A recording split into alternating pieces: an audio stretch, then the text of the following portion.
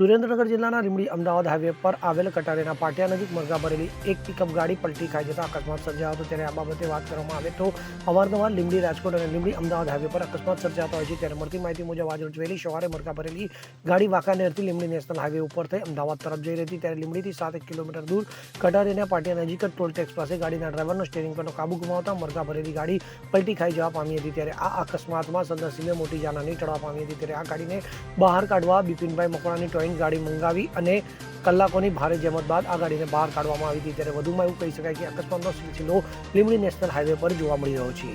કલ્પેશ વાડેર સાથે CN24 news Surendranagar. હવે જુઓ દેશ દુનિયાની તમામ ખબરો તમારી આંગળીના ટેરવે। ઉઠાવો મોબાઈલ અને Google Play Store પરથી ડાઉનલોડ કરો અમારી CN24 ન્યૂઝ મોબાઈલ એપ।